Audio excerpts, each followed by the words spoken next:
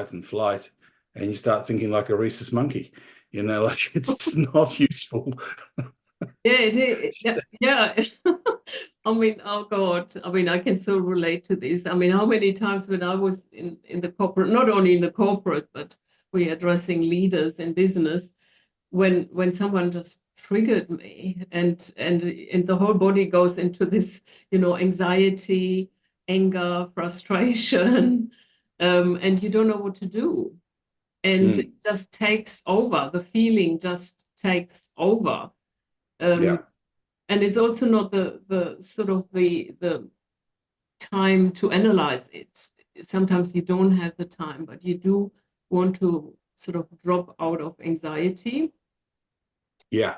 And I think this is firstly, everybody gets it. It happens to everybody. And the cooler the cucumber, the more practice they have at dealing with it, right? So the quicker you fall out of it, it's like responsibility. It's not as if you don't, you're not a responsible human. You will be irresponsible at some point in time, and you will be triggered at some point in time. So the only question is, how long do you stay in that, and how do you recover? And I know this is an oldie, but actually it works. Breathe, breathe. First thing, right? Take a breath. Take a breath. Take your time. The world can wait while you gather your thoughts. There's another old saying that it's better to be thought a fool than open one's mouth and remove all doubt. So The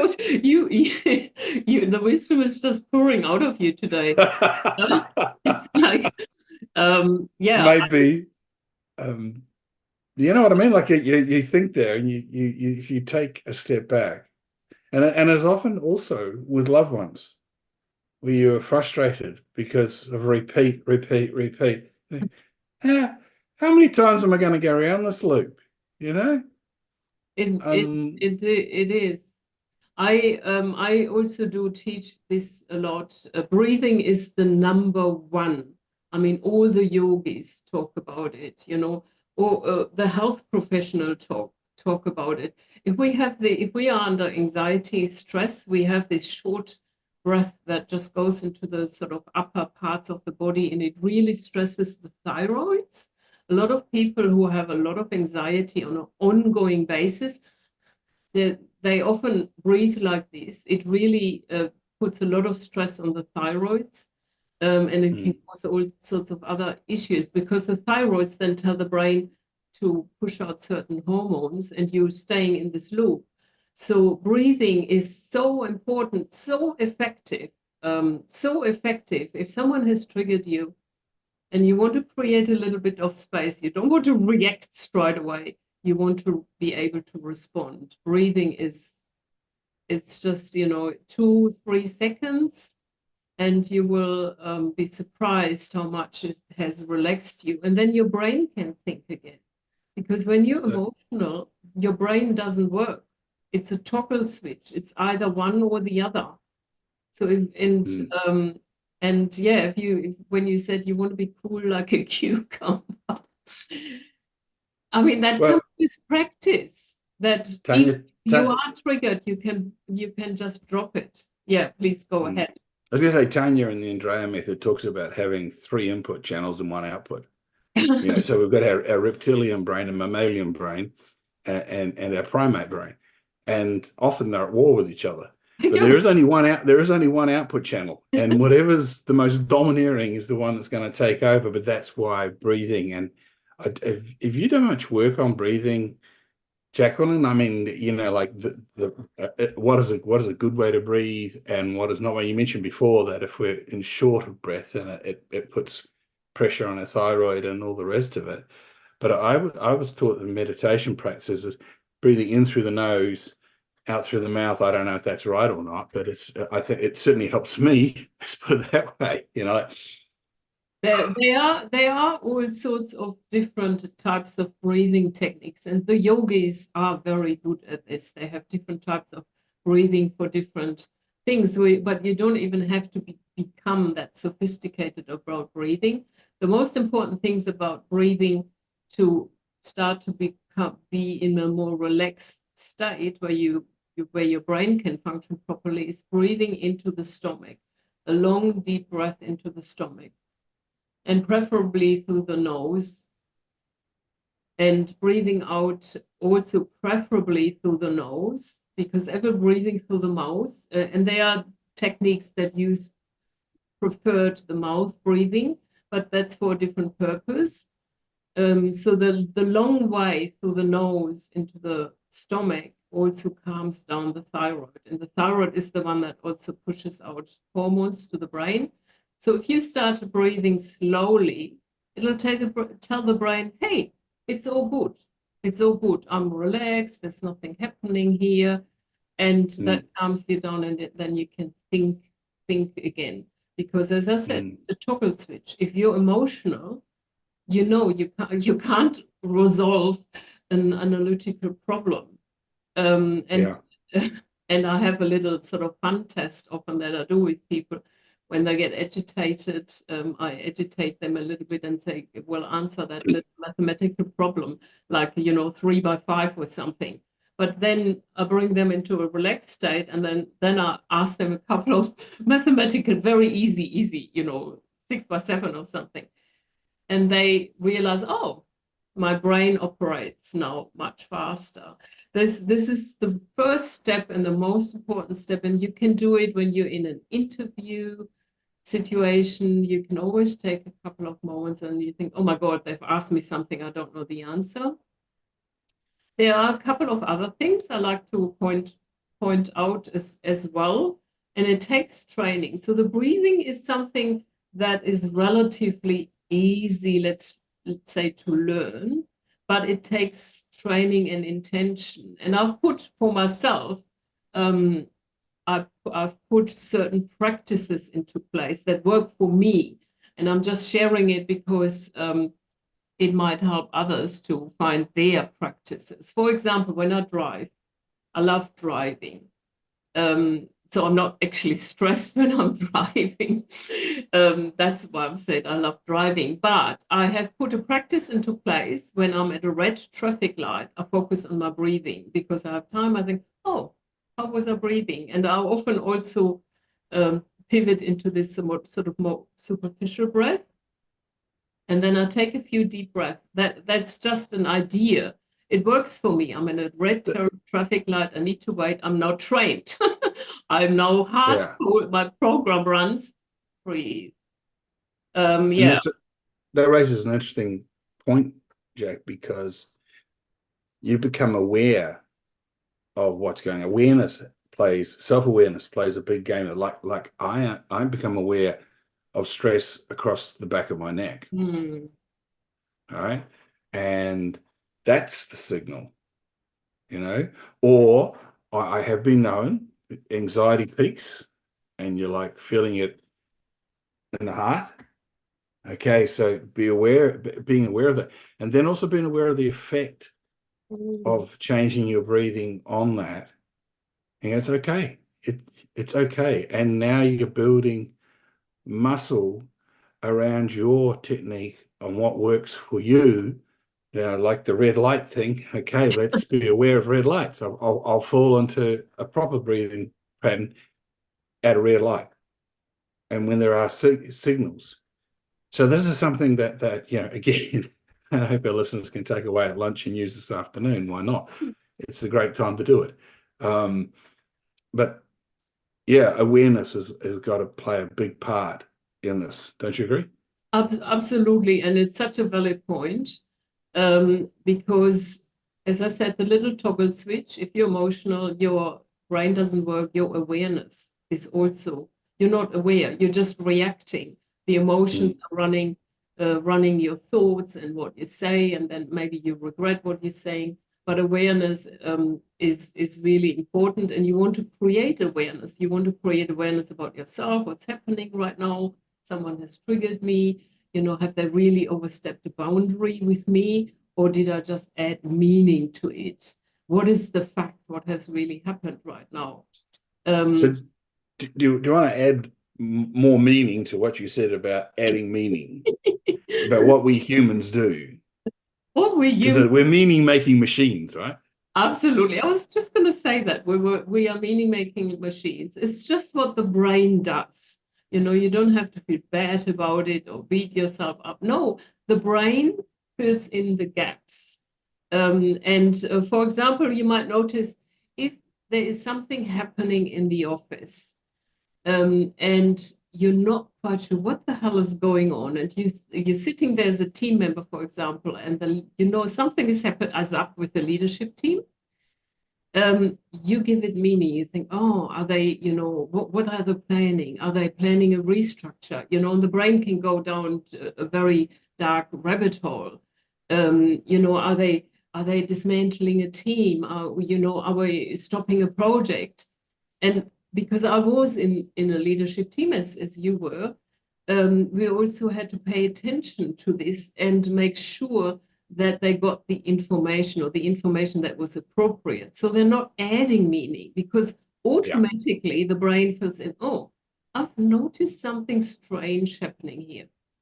So for example, someone can pour you a coffee, bring you a coffee in a coffee shop, the waiter or waitress, and they, may not look so happy, and you could add meaning to it, as in, oh, they're just, they don't like their clients, or they, did I do anything that they look so grumpy?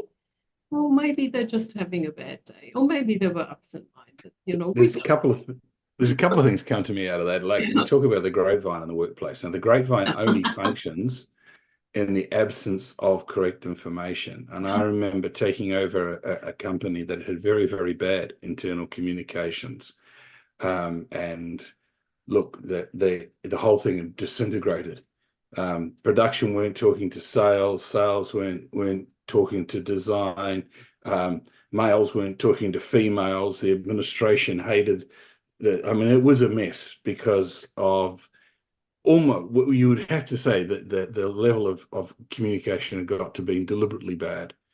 But by introducing a process of formalized communication where everybody heard the message that they needed to hear when they heard it, they could always refer back to it at any time. They could go to their team leader could go to the manager could walk into my office, and we reestablished communications. It only took 2 or 3 months to turn that place around, and people started going, well, you started living life with a question mark again. My boss is a jerk. I'd certainly got that. But then it was, oh, is John a jerk? Maybe not. You just don't get the benefit of the doubt. So I think that's an important part. And the other thing that comes to me, you talk about, when you think, okay, what is the story that's being made up here? Is this a grumpy waiter? You can always speak from your heart and say, hey, you okay? Yeah, good point. And then point. It's called connecting with people. Yeah. Are you okay? There's nothing wrong with doing that. And, should I be concerned about something here? This is, it's you can't ask. Poisoned. Yeah.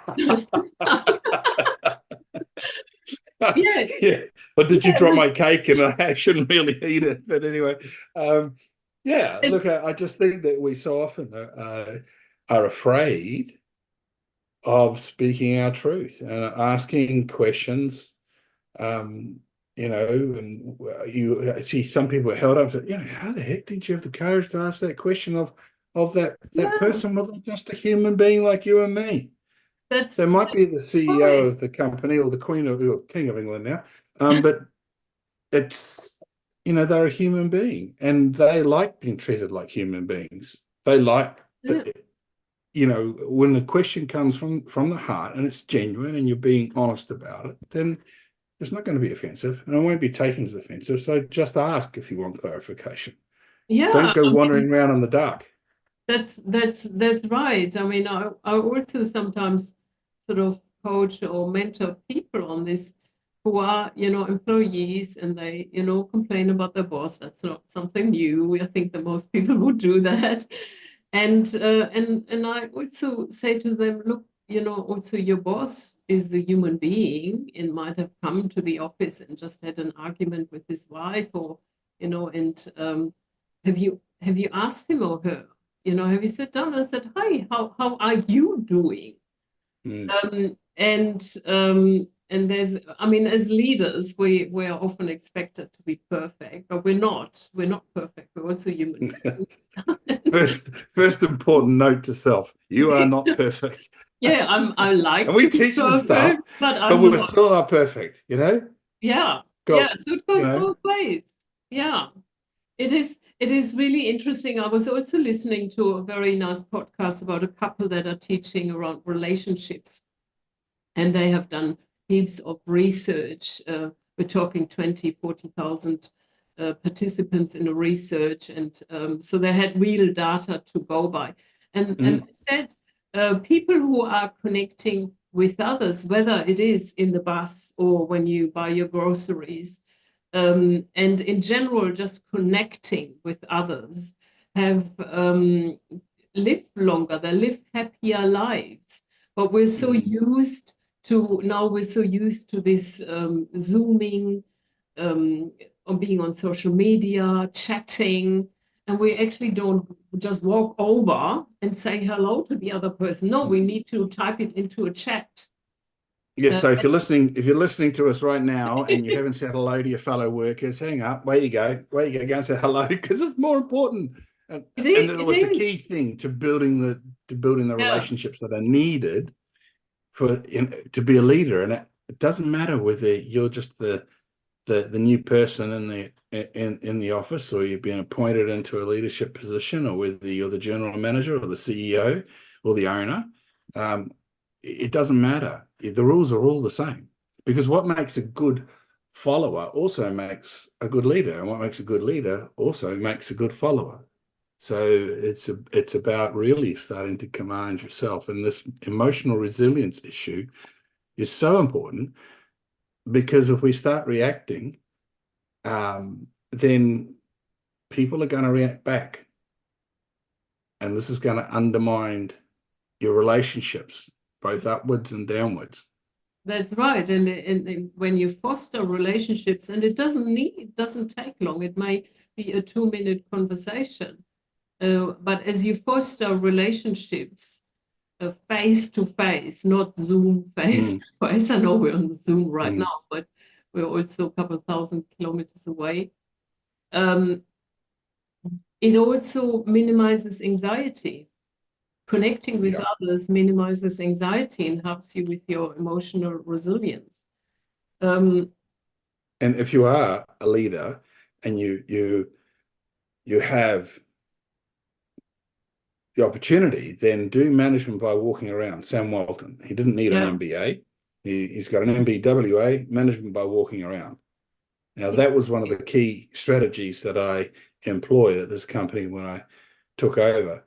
I walked the entire factory floor with like 70, 80 staff twice every day when I could, right? And people say, well, haven't you got something better to do with your time? No, my job was to lead. Yeah. My job was to actually lead, delegate the work that needed to be done. The work I was doing on the floor, talking to the guillotine operators, talking to the folding machine operators, or the warehouseman, or the engineer, it all mattered, because they all started to understand that I really did value their input, that it really was important. So talking to your team is actually your number one job, being there and building a relationship with them so as they can trust you and you can trust them. Because without that, you're going nowhere.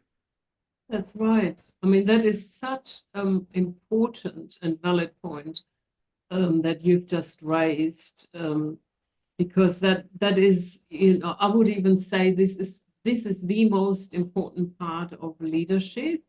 This is number one. You need to connect with your team. You need to have sort of the finger on the pulse. And I don't mean, controlling, just checking in. How is my team going? And also some of I worked in software development for, almost 2 decades. So I love this sort of technology. And in some of these sort of methodologies around software development, it's called agile software development.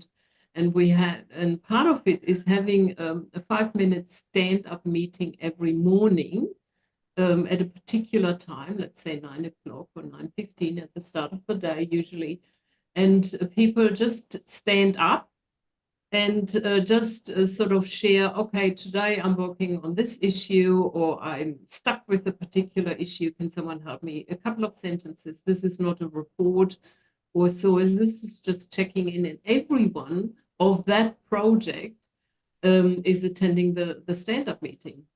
And Yeah, cool idea. Really cool. This is a really cool concept. I mean, the agile software methodology has some really cool team-oriented and project-oriented concepts that I think a lot of others can also copy. So I love the idea of the stand-up. And it also gives the leader a sense, okay, I'm sensing there's a little problem there on the other side of the stand-up round. I might have to check in with them afterwards and see how we can resolve it or what's needed. And these stand-up meetings are usually small teams. It's not like 30 people and small teams, and it takes 5 to 10 minutes max. Yeah. It's interesting because I think of that back into because I used to run printing companies, and there were always what we nicknamed druids around the production board every morning. And it was about 5 or 10 minutes, and we knew it was about, okay, so what's going out the door today? Where are we at? What's coming in? What are the disruptions? What do we have to shuffle? And yeah, so it's interesting to look at that and go, okay, so the same concept from a agile software development situation through to one of the oldest trades in the world, which is printing, still relevant to have that group communication, because I guess that just points to the cold hard truth: we're all still humans, and we're all still going to react the same way. We're all going to have our problems. We're all going to have things happening in our lives that we need to deal with, and it won't matter what we're making, whether we're on Mars doing it and working out how we can get to Pluto, or whether we're just craftspeople working together on making beautiful furniture. So it won't matter. We're still humans. That's right. We're social beings. And I mean, I love how that connects, with software development or printing, good old printing. I just want to continue a little bit on the path of sort of physical things that you can do to counteract or release, not counteract. Counteract puts pressure on something. You want to release any emotions if you are emotionally flooded or someone has triggered you. So we spoke about breathing, and then we spoke about the connection with others, which is something you should also always do because it minimizes stress. If you have a social environment, if you're connected with your environment, whether it's your family or at work, it minimizes anxiety and stress. But coming back to the sort of, I call it like first aid physical things you can do is the breathing. And when you spoke about it, John, I also, I started, breathing. I was listening, but I was breathing deeply into my stomach, and I was becoming a lot more aware and a lot more relaxed. So you can do it anytime. In the biggest board meeting, you can always breathe and relax. The other thing is also when we are very much focused on visually focused on our devices, whether it's, a handheld device or a laptop or a screen, this sort of vision that's very focused especially for longer periods of time is also telling the brain, I have to be really focused, something is up here. And it also mobilizes these hormones that can cause more stress. Because if you look at it evolutionary, if I'm an animal, an antelope in Africa, and I'm grazing, everything is fine, I'm relaxed. And then I see the cheetah. I have to instantly, I can't deep breathe because I don't have time. I have to do superficial breathing because my muscles need to run. I need to focus because I need to focus. Where do I need to run to? So this is all evolutionary sort of constituted like this. So now what we're doing is we're reversing, we're slowing down the breath, because slowing down the breath tells the brain, okay, there's no, I'm fine here, grazing, eating.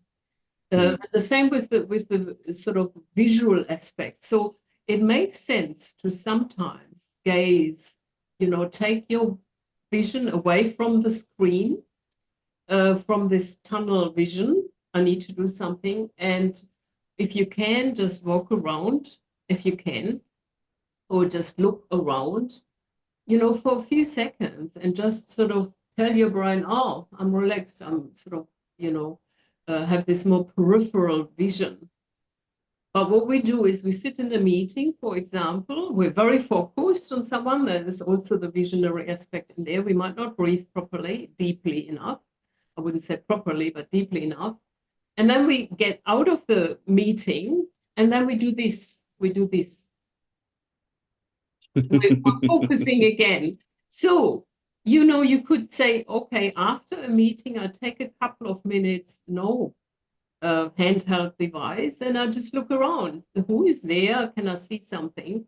Can I identify something? Because that helps you to just walk a couple of minutes and then go back. But then, aren't you then risking being the strange one? I mean, you get on the bus. You get on the bus or in a waiting room, and everybody's got their iPhone out. I'm the strange one. I mean, I make a and you sit there and look out the window and smile at people. You're like, you're a bloody weirdo. I am. I actually make a point. I do sometimes take the bus, and I do make a point that I might check my mobile. I'm not completely resistant to it, but I might sit there, check my mobile for a couple of minutes, and then I actually put it away. And I actually do what I used to do 10, 20 years ago. I just look out of the window. Oh, surely not. You're not that old. No, I'm not. Yeah, no, I'm not. And look, I think it gets back to this awareness thing again. Okay, so be aware. Overuse of devices, over focus on devices sets you up to react. Yeah. Because you've got that hyper concentration going on, and then someone disturbs you or something happens and you're not in a good enough frame of mind to deal with it. So make it a practice to get away from the device, get away from your desk, take a break, formalize it, be aware that you are a human being and that you do need these breaks. So don't go from your computer to the tea room and sit on your iPhone. That's right. Don't do that. Newspapers are better because they're bigger and you can actually take your eyes and move around them. Yeah. All right. Do they still? Heaven forbid. Heaven forbid a newspaper. There's the advertisement for the printing industry chucked in there. So anyhow, but look, I take your point, and I think it's a really good point that be aware of how you can set yourself up. Yeah, that's right. And the third aspect is physical movement. So I had those situations when I was studying at university and we had these exams and I was prepared. I have to say I was prepared, but I had the occasion where in the middle of a verbal exam, in the middle of it, all of a sudden my brain was going blank and I was there and I was stuck with it and I couldn't think. This is the situation where all of a sudden something happened and I couldn't think. And I was completely out of my concept. And I had a couple of situations where the person who was tested me said, "What happened? I mean, you were on a roll. This was going so well. And then I said, I don't know, I just had a blackout and I couldn't find my way back. So here are some tips. If I had known that, breathing, you can do this in an exam situation. Looking up, looking to the side. You have to break this pattern. You're like in a sort of loop, and you have to physically break it. Physically break out. And you can also do this, and it does take practice. If you do this for the first time in an exam situation, you might be nervous to do it, but it does work, and I've tested it later. And even if you are, face to face in an exam situation, you can just do this. You can just rearrange yourself on your chair, and you can have a look. You take a breath, and if you've practiced it, oh, all of a sudden your brain switches back on. So I'm reacting to your suggestions now, which is really funny, because you said before about me saying breathing. You start breathing. So move. Okay, I'll move. That's fine. I can do that. And if you are working from home, or so, you can walk around the block. I've often, when I was still working in offices, and things were getting too much, I would just take 5 minutes. Okay, 5 minutes out the door, around the block, back. I was going to say, you can still do that when you're in the workplace. I used to do that even on an industrial site. I used to go out, walk around the factory, and come in by the back door and do my motion by walking around and that gave me 30 seconds or 60 seconds or 2 minutes of free time when I was just like, right, breathe. That's nice. And what else is there? Oh, there's traffic, there's the bridge, there's trees, there's birds, there's, and then, back on again. That is so true. And often, like when I was working in office, as being a manager or sort of department leader, I mean, I was running around all the time anyway, and up and down the stairs. And within our team, we had this sort of deal that we're not going to use the lifts, we're going to use the stairs for health purposes and keep us moving. So everyone always used the stairs. So you can do these seemingly little things that are not costing you, they're not invading your productivity. As a matter of fact, they make you more productive. And when you're a leader and you start doing these little things, you're granting permission to your team to do these little things. And then this is again a technique of engagement, and keep saying it, engaged workers are 3.5 times as productive as disengaged workers. And you'll get that idea as to who's who in the zoo very quickly. So yeah, these things really matter. And I really like this discussion on physical things we can do that will help us with this the issue of emotional resilience, being able to control our emotions when we need to, so as that we have everything we've got at our as resources at hand when we're making difficult decisions or when we really are under the pump. That's right. And as we're doing more podcasts around emotional resilience, because it's quite a comprehensive topic, this, looking at the sort of physical things you can do, or what I call first aid, is just one aspect of it. And there's a lot more that we're going to talk about it. Why are we triggered, and what's happening there, and or the meaning we may add. We will talk about these things. Whose voice is it anyway? Whose voice is it?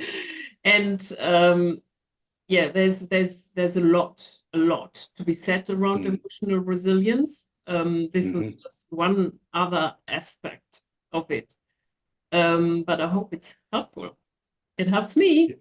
And we'll be back next week to do it all again. Yeah, and we'll be back to do it all again. Thanks for listening, and I hope you got a lot out of it, which you can implement straight away. Little things, little tricks that make a big difference.